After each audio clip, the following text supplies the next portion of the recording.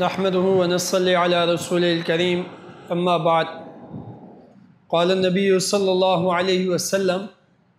عن عمر رضي الله تعالى عنه قال سمعت رسول الله صلى الله عليه وسلم يقول لو أنكم تتوكلون على الله حق توكله لرزقكم كما يرزق الطير تغدو خماسا وتروح بطانا او كما قال عليه الصلاة والسلام۔ آج ہماری گفتگو کا موضوع ہے اللہ رب العزت پر بھروسہ کرنا، توکل کرنا، اور یہ ایمان کا بہت لازمی اور ضروری حصہ ہے کہ اللہ پر توکل کیا جائے، اللہ پر بھروسہ رکھا جائے۔ اس سلسلے میں قرآن کریم کی بہت ساری آیات اور کثیر حدیثیں مذکور ہیں جو توکل کے عنوان پر ہیں، اور اللہ رب العزت نے ہمیں توکل کرنے کا، بھروسہ کرنے کا حکم دیا ہے۔ تو ہمیں آج گفتگو میں توکل کے معنی سمجھنے ہیں اور توکل کی کیفیات کو سمجھنا ہے اور اسباب اور توکل کے تعلق کو سمجھنا ہے۔ توکل کہتے اس کو ہیں کہ بندہ ظاہری اسباب جو اللہ رب العزت نے ہم سب کو عطا کیے ہیں اور نتائج کو عمل کے ساتھ جوڑا ہے، ان اعمال کو اختیار کیا جائے ان درست نتائج کو حاصل کرنے کے لیے، لیکن یہ نتائج حاصل ہوں گے یا نہیں ہوں گے اس کے بارے میں اللہ رب العزت پر بھروسہ کر لیا جائے کہ جو اللہ تعالیٰ کی مرضی ہوگی وہی ہوگا، اور اللہ رب العزت انشاءاللہ میری مدد و نصرت فرمائیں گے۔ صحابہ اکرام رضوان اللہ تعالیٰ مجمعین کے بارے میں قرآن کریم ذکر کرتا ہے کہ وَلَمَّا رَأَى الْمُؤْمِنُونَ الْأَحْزَابَ، کہ جب صحابہ اکرام کی جماعت نے اپنے مقابلے میں کئی جماعتوں کو جمع دیکھا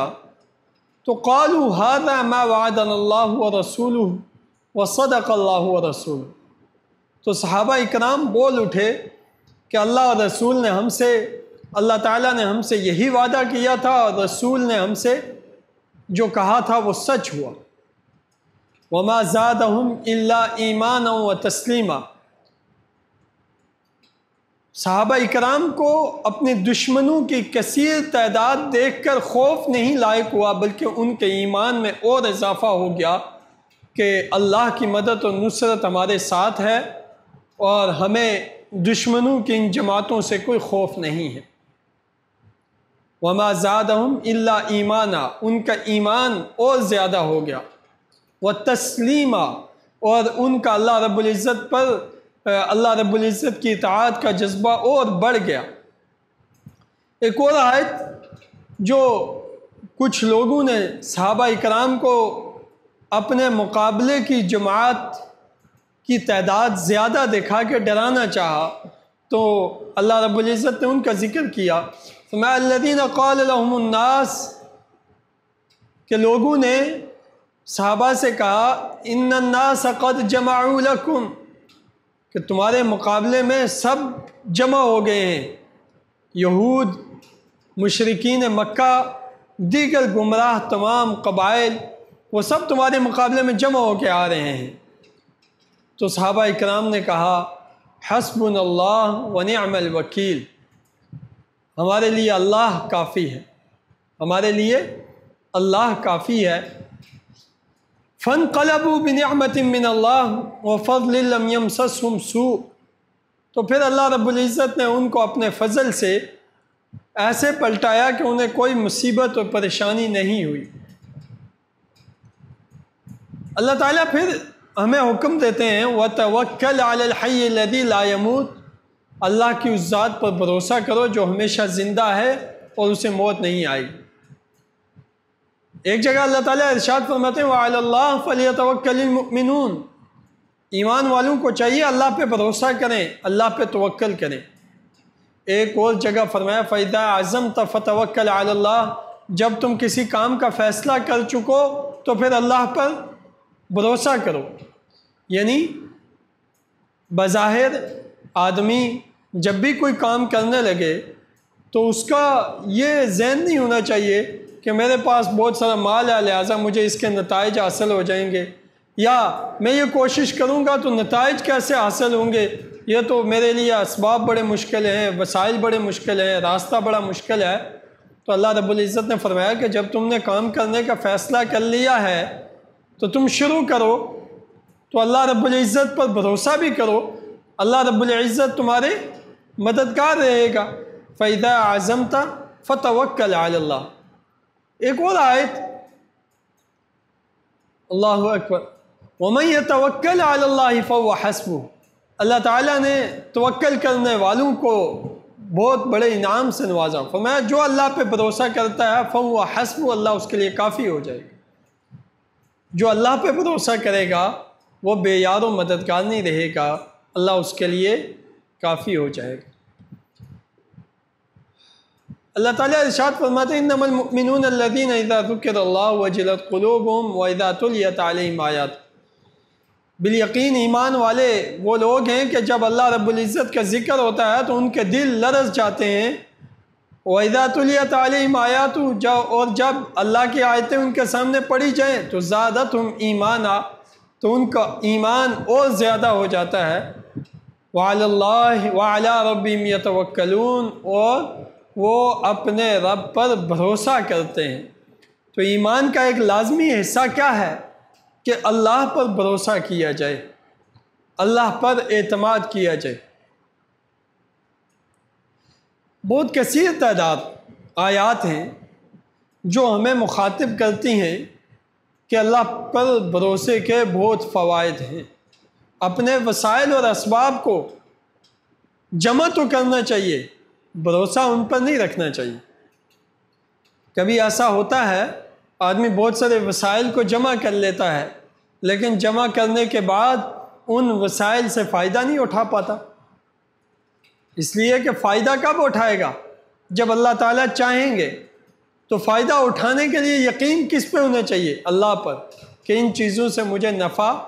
تب ہوگا جب اللہ تعالیٰ مجھے نفع دیں گے۔ حضرت ابن عباس رضی اللہ تعالی عنہ حضور صلی اللہ علیہ وسلم کے ساتھ سواری پر بیٹھے تھے، یہ ابھی 8-9 سال کے بچے تھے۔ حضرت ابن عباس کو حضور صلی اللہ علیہ وسلم نے مخاطب کیا، فرمایا اے جوان، میں تجھے چند نصیحتیں کرتا ہوں، ان نصیحتوں کی حفاظت کرنا، اللہ تعالیٰ تیری حفاظت کریں گے۔ فرمایا پہلی بات یہ ہے اذا سألت فاسأل اللہ، جب تو نے مانگنا ہو تو صرف اللہ سے مانگنا، کسی اور سے مت مانگنا۔ اذا سألت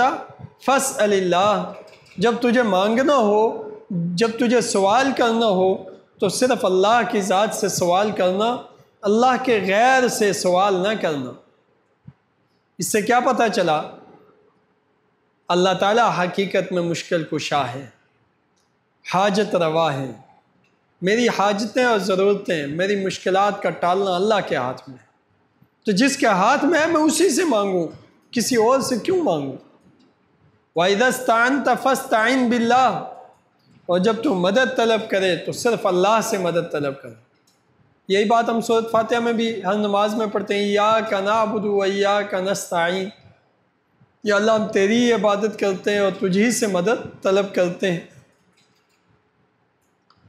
پھر حضور صلی اللہ علیہ وسلم نے فرمایا کہ جوان جان لے اس بات کو کہ لو اجتمعت الامت علی ان ينفعوک لم ينفعوک الا ما كتب اللہ لک، کہ اگر پوری امت جمع ہو جائے اس بات کے لیے کہ وہ تجھے نفع دینا چاہے تو اس نفع کے علاوہ تجھے کوئی نفع نہیں دے سکتی جس نفع کو اللہ نے تیرے حق میں لکھا ہوا۔ اور اگر ساری امت جمع ہو جائے اس بات پر کہ تجھے نقصان دے، علی ان یضروک، کہ تجھے ضرر پہنچائے، لا یضروک، وہ تجھے کوئی نقصان نہیں پہنچا سکتے، الا بشیء قد کتب اللہ لک، سوائے اس نقصان کے جو اللہ تعالیٰ نے تیرے حق میں لکھ دیا۔ اور پھر ساتھ فرمایا کہ قلم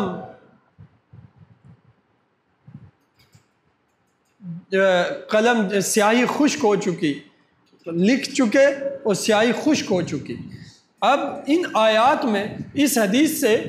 حضور صلی اللہ علیہ وسلم ہمیں کیا درس دے رہے ہیں کہ اللہ رب العزت پر بھروسہ اور تعلق اور اللہ سے مدد و نصرت مانگنا یہ ایمان کا وہ حصہ ہے کہ اگر تم اس کی پاسداری کرو گے تو اللہ تعالیٰ تمہاری حفاظت کرے۔ اور وہ آیت جو ہم نے پڑھی کہ صحابہ کرام رضوان اللہ تعالیٰ مجمعین کے لیے کہ جب سارے کے سارے مومنین نے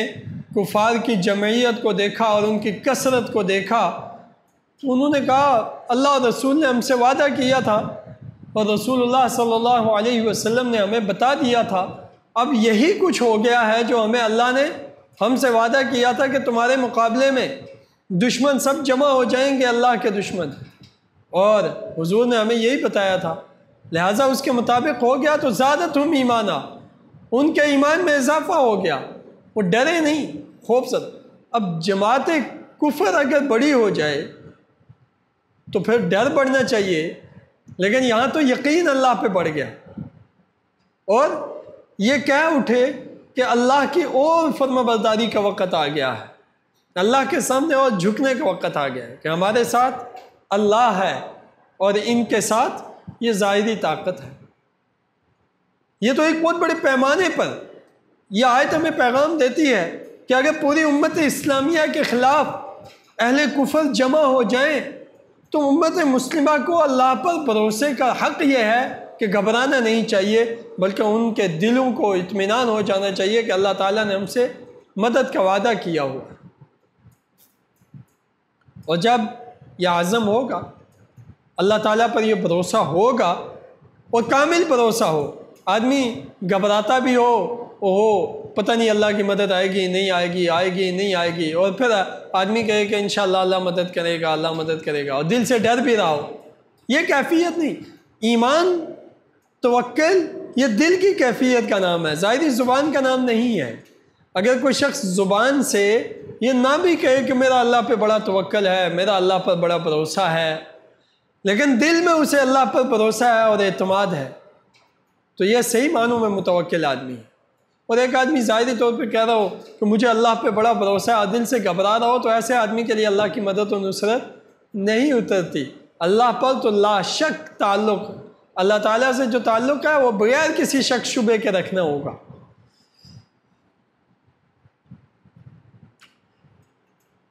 اللہ اکبر۔ حضرت ابن عباس رضی اللہ تعالیٰ عنہ ایک روایت نقل کرتے ہیں کہ حضور صلی اللہ علیہ وسلم نے فرمایا کہ میری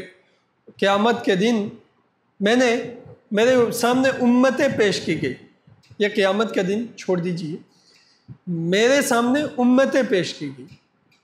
تو ایک نبی آئے ان کے ساتھ 3 آدمی تھے، ایک نبی آئے ان کے ساتھ 2 آدمی تھے، اور ایک نبی آئے ان کے ساتھ کوئی بھی نہیں تھا۔ یعنی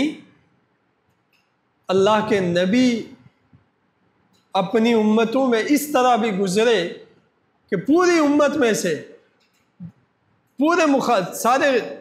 جو لوگ ان کے مخاطب ہیں ان میں سے 3 آدمیوں نے اسلام قبول کیا، کہیں 2 نے کیا، اور کہیں پیغمبر دنیا سے رخصت ہو گئے، کسی نے ان کی بات کو نہیں مانا۔ فرمایا پھر میں نے ایک جماعت کثیر دیکھی، ایک گروہ دیکھا، تو میں سمجھا یہ میری امت کا گروہ ہے، لیکن حضرت موسیٰ علیہ السلام کی وہ جماعت تھی اور ان کے ساتھ جو بنی اسرائیل تھے وہ، اس کے بعد ان کے پیچھے ایک گروہ آیا 70,000 آدمیوں کا، اور ان کو بغیر حساب کتاب جنت میں داخل کر دیا۔ یہ بات حضور صلی اللہ علیہ وسلم نے ارشاد فرمائی، اور اس کے بعد حضور صلی اللہ علیہ وسلم چلے گئے۔ صحابہ کرام نے آپس میں ذکر کرنا شروع کر دیا، کسی نے کہا کہ یہ فلاں قسم کے نیک لوگ ہوں گے، کسی نے کہا یہ فلاں نیک لوگ ہوں گے، اور اس پہ بات چیت ہوتی رہی کہ حضور صلی اللہ علیہ وسلم واپس آئے، اور حضور صلی اللہ علیہ وسلم نے صحابہ کرام سے پوچھا کہ تم آپس میں کیا بات کر رہے تھے؟ تو فرمایا، صحابہ کرام نے فرمایا کہ یا رسول اللہ ہم یہ ذکر کر رہے تھے کہ یہ وہ لوگ ہوں گے 70,000 جو بغیر حساب کتاب جنت میں داخل ہو جائیں گے، جنہوں نے کبھی شرک نہیں کیا ہوگا، جنہوں نے فلاں کام نہیں کیا ہوگا۔ تو حضور صلی اللہ علیہ وسلم نے فرمایا کہ ہم الذین لا یرقون ولا یسترقون ولا یتطیرون وعلی ربہم یتوکلون، یہ وہ لوگ ہوں گے جو ایسے موحد ہوں گے، ایسے اللہ والے ہوں گے جو نہ تعویذ داغا جھاڑ پھونک پہ جائیں گے، نہ خود کریں گے، نہ لوگوں سے کروائیں گے، اور نہ ہی یہ پرندوں کے ذریعے فالیں نکلوائیں گے، اور یہ اللہ پر بھروسہ رکھنے والے ہوں گے۔ یہاں ایک مسئلہ بھی ہمارے سامنے آ جاتا ہے، ایک یہ ہے کہ یہ جھاڑ پھونک کرنا اس کا کیا حکم ہے، اور دوسرا یہ ہے کہ اس کے بارے میں یقین کی کیفیت کیا ہونی چاہیے۔ تو یہ حدیث ہمارے سامنے واضح کرتی ہے۔ ایک یہ ہے کہ بنیادی طور پر آدمی کو اللہ رب العزت پر یہ بھروسہ ہو کہ اللہ تعالیٰ خیر فرمائے گا، اور اگر کلمات برکت کے لیے قرآن کریم اور حدیث رسول اللہ صلی اللہ علیہ وسلم کے ذریعے جو دعائیں ہیں ہمیں ملتی ہیں اور جو آیات ہمیں ملتی ہیں، ان کے ذریعے کوئی شخص شفا حاصل کرنے کے لیے دم کرتا ہے تو دم تو اس حد تک جائز ہوگا، لیکن اگر کوئی شخص اس کے لیے کسی مشرکانہ یا غیر شرعی چیزوں کا دم کرتا ہے اور ان چیزوں کے ذریعے سے اپنی حفاظت کے یقین رکھتا ہے یا اعتقاد رکھتا ہے، تو یہ تو شرک ہے، اور یہ گمراہی ہے، یہ جائز نہیں ہوگا۔ لیکن قرآن کریم کے ذریعے سے، تو قرآن کریم کے بارے میں تو خود قرآن کریم میں آتا ہے کہ یہ وَنُنَزِّلُ مِنَ الْقُرْآنِ مَا هُوَ الشِّفَاء، تو اس کے ذریعے اگر کوئی دم کرتا ہے تو یہ ہے ٹھیک، اس میں کوئی حرام وجہ نہیں ہے، لیکن اس کی حیثیت ایک دعائی کی سی ہے۔ جیسے آپ دعا استعمال کرتے ہیں تو کبھی وہ دعا آپ کے لیے شفا کا ذریعہ اللہ تعالیٰ بنا دیتے ہیں، اور کبھی کبھی وہ دعائیاں کام نہیں دیتی اور وہ دعا آپ پہ اثر انداز نہیں ہوتی، اس لیے کہ اللہ تعالیٰ نے اس کو آپ کے لیے مؤثر بنایا نہیں۔ مؤثر حقیقی تو اللہ کی ذات ہے۔ اسی طرح جو لوگ جھاڑ پھونک پر اتنا یقین کریں کہ اس کے ذریعے ہمیں شفا مل جائے گی، اس کے ذریعے ہم ٹھیک ہو جائیں گے، تو فرمایا کہ یہ وہ لوگ نہیں ہیں، بلکہ ایسا نہ کرنے والے لوگ وہ جنت میں داخل ہوں گے۔ تو توکل کے خلاف پر جانا، کسی اور پہ اعتماد اور یقین کرنا، یہ بالکل جائز امر نہیں ہے، اور کتنی بڑی فضیلت ہے کہ جو لوگ اپنے آپ کو ان چیزوں سے محفوظ رکھتے ہیں وہ جنت میں بغیر حساب کتاب داخل ہوں گے۔ یہ روایت متفق علیہ ہے، یعنی یہ بخاری میں بھی موجود ہے، مسلم میں بھی موجود ہے، اور امام نووی نے اس کو اپنی کتاب ریاض الصالحین میں بھی روایت کیا ہوا ہے۔ حضرت ابن عباس رضی اللہ تعالیٰ عنہ فرماتے ہیں کہ حضور صلی اللہ علیہ وسلم کی یہ دعا ہے، اللہم لک اسلمت، یا اللہ تیرے لیے میں فرما بردار ہو گیا، وبک آمنت، میں تیرے اوپر ایمان لایا، وعلیک توکلت، اور یا اللہ میں نے تجھ ہی پر بھروسہ کیا، والیک انبت، اور میں تیری طرف ہی رجومند ہوتا ہوں، وبک خاصمت، اور میں تیرے لیے جہاد کرتا ہوں، اللہم انی اعوذ بعزتک، یا اللہ تیری عزت کی قسم مجھے پناہ عطا کر، اے وہ ذات کہ جس کے سوا کوئی معبود نہیں، کہ اس بات سے مجھے اپنی پناہ میں رکھ کے میں کہیں گمراہ ہو جاؤں، اور تو زندہ رہنے والا ہے، لا یموت، تجھے موت نہیں آئے گی، اور والجن والانس یموت، سارے جن اور انسان وہ مر جائیں گے۔ اب یہاں حضور صلی اللہ علیہ وسلم نے اللہ پر توکل اور اللہ رب العزت کی طرف رجوع کا وسیلہ دے کر کہا یا اللہ تجھ پر بھروسہ کرتا ہوں، تجھی سے رجوع مند ہوں، لہٰذا مجھے اپنی پناہ میں رکھ کہ میں راستے سے ہٹ جاؤں۔ حضرت ابن عباس رضی اللہ تعالیٰ فرماتے ہیں کہ حضور صلی اللہ علیہ وسلم نے یہ بھی فرمایا حسبنا اللہ و نعم الوکیل۔ یہ حضرت ابراہیم علیہ السلام نے تب یہ لفظ کہے کہ جس وقت آپ کو لوگوں نے آگ میں ڈالنے کے لیے کوشش کی تو حضرت ابراہیم کے یہ الفاظ تھے حسبنا اللہ و نعم الوکیل، اللہ میرے لیے کافی ہے، اللہ میرے لیے کافی ہے۔ اور اسی طرح ان الناس قد جمعوا لکم، لوگوں نے صحابہ اکرام کو ڈرایا کہ تمہارے مخالف تو جمعیتیں جمع ہو گئی ہیں، فخشوہم، ان سے ڈرو، تو فزادہم ایمانا، تو ان کے ایمان نے ترقی کی، اور وقالوا، اور انہوں نے کہا حسبنا اللہ و نعم الوکیل، اللہ ہمارے لیے کافی ہے۔ یہ وہ جملہ ہے کہ ہمیشہ ہر مشکل وقت میں، ہر پریشانی کے وقت میں، ہر دشمن کے مقابلے میں جب آپ اسلام کے لیے کھڑے ہوں تو آپ اللہ پہ بھروسہ رکھیے اور فرمائیے حسبنا اللہ و نعم الوکیل، کہ میرے لیے اللہ کافی ہے۔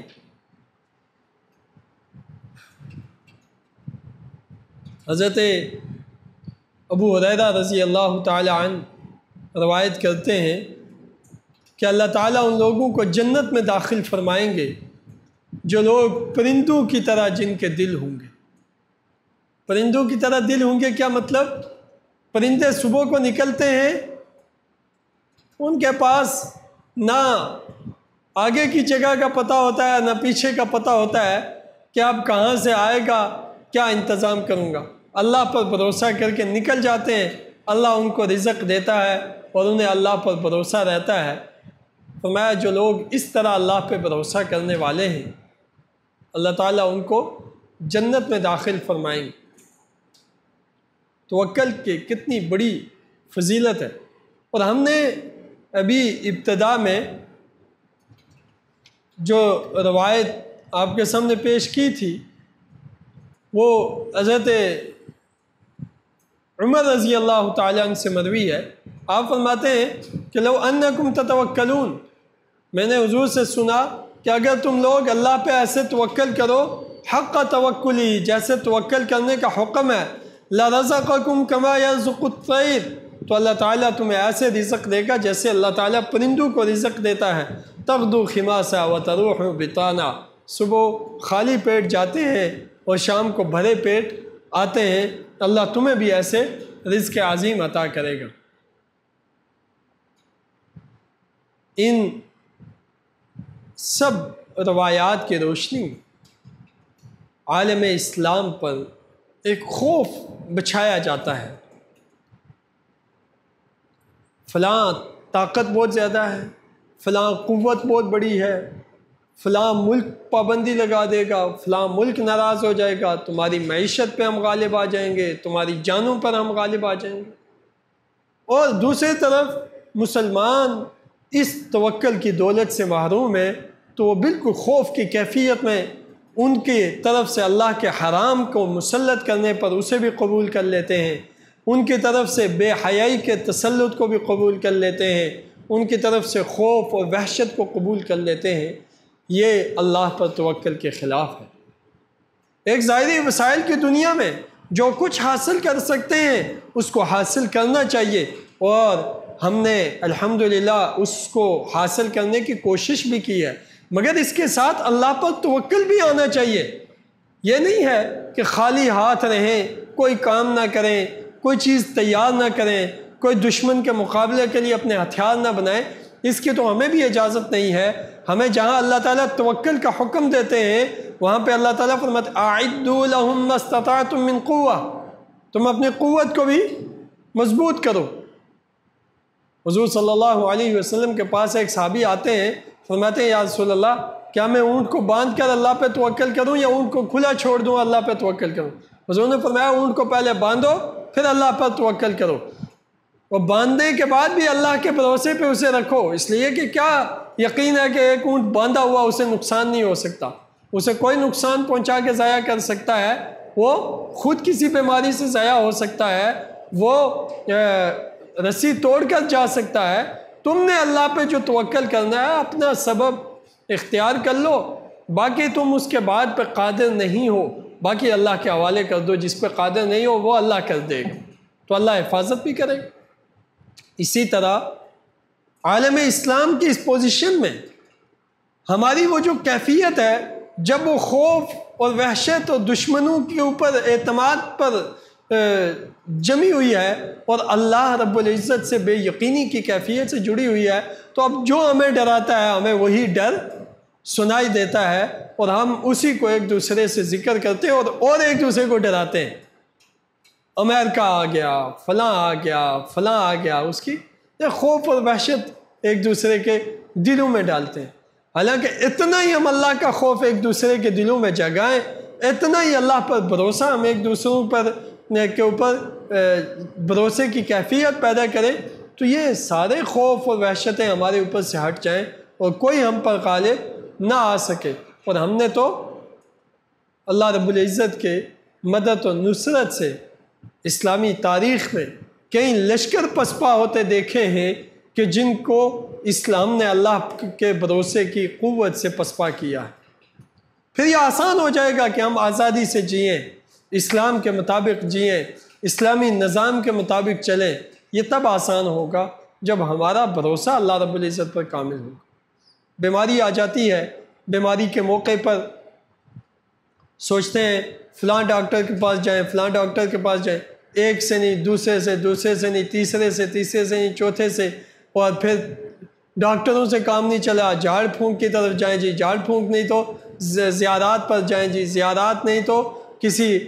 بندے کو پکڑیں جو ہمیں یہ یقین دلائے کہ میں تو ٹھیک کر دوں گا، میں تو صحیح کر دوں گا۔ یہاں ہمارے اعمال میں کہیں یہ شامل نہیں ہوتا کہ ہم اللہ کی طرف چلے جائیں، اللہ سے مانگیں، اللہ سے دعائیں مانگیں، اللہ کی طرف رجوع کریں، یا اللہ آپ پر آپ جیسے حضور صلی اللہ علیہ وسلم یہ دعا سکھاتے ہیں، اللہم بکا توکلت وبکا خاصمت والیک انبت،